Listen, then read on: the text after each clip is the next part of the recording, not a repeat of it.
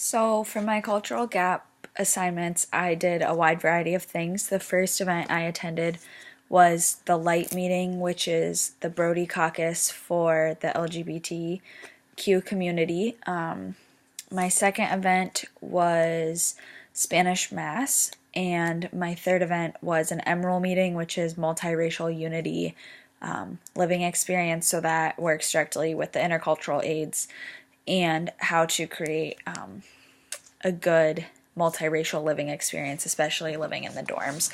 So I felt that my cultural gaps got better through time. So my first one with Light, I felt very uncomfortable and I really didn't like it at all. I don't really know what it is, but there's something about being around only girls who identify as lesbian that really it makes me nervous. I don't know if it's because I'm afraid they're going to hit on me or something like that, but it just really makes me uncomfortable. Whereas when I'm around men who identify as gay, I'm not really nervous at all, and I don't really think about it. So I think that's just like a gender difference for me in terms of my feelings about that. But I felt very uncomfortable because it was all girls at the meeting, and I felt that I couldn't really, I don't know, like I felt weird being there because I was straight. So I just really wasn't comfortable with it. The second event, the Spanish Mass, I had a lot of fun at actually. I'm not Catholic, so that was also a gap for me. Even though I am a Christian, I didn't really know how Catholic Mass worked. And obviously it was in Spanish. And as a Spanish minor, I thought it would be beneficial to kind of immerse myself somewhat in the community and be willing to try new things and try something slightly out of my comfort zone. And for this event, a lot of people actually talked to me in English, and they assumed that I knew no Spanish whatsoever.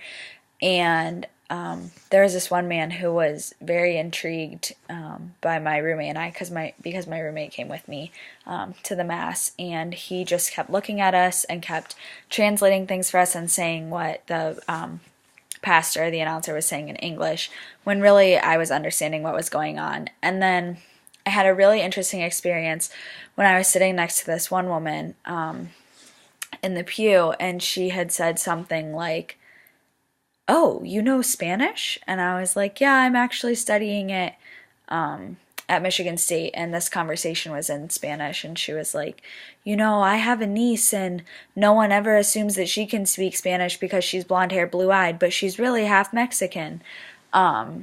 So I just found that really interesting because everyone was profiling me based on the fact that I have blue eyes, and even though my hair's not really blonde, it's more brown. Regardless, they were assuming based on my skin tone and how I looked that I would not know any sort of Spanish. And in all honesty, that actually really frustrated me because my logic was, why would I go to an event if I didn't even know the language at all? Like, I know for this assignment, we were supposed to go to events that we may not understand at all. Like, you had given the example of someone going to a Korean Baptist church. But I don't know, just in my mind, it makes sense to go to an event of something that you at least could have like a semi-understanding of.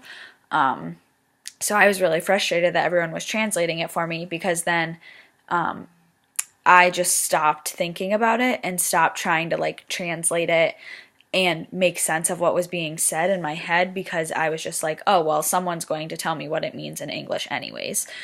And then for my third event, the Emerald, that was actually my favorite event. I really liked the icebreaker. We split up into groups and we did like a relay race type thing.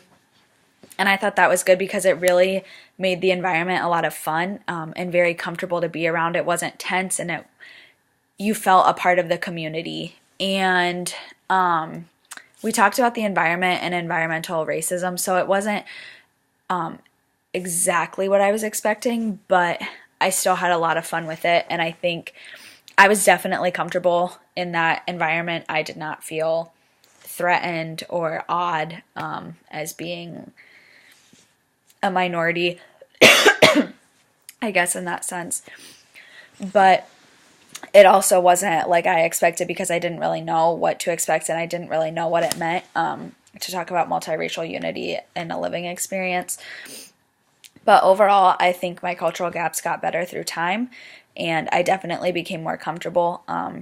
My first one, I was not comfortable at all. By my last one, I was very comfortable. I don't know if that's a difference in the types of events that I was choosing, and I was choosing things that I would feel more comfortable with in the first place, or if that was through this class and talking about it and figuring out how to bridge these gaps and have a difference, and not have a difference, I guess, as a white woman going into different spaces that I may not identify with. But I thought these assignments were beneficial overall.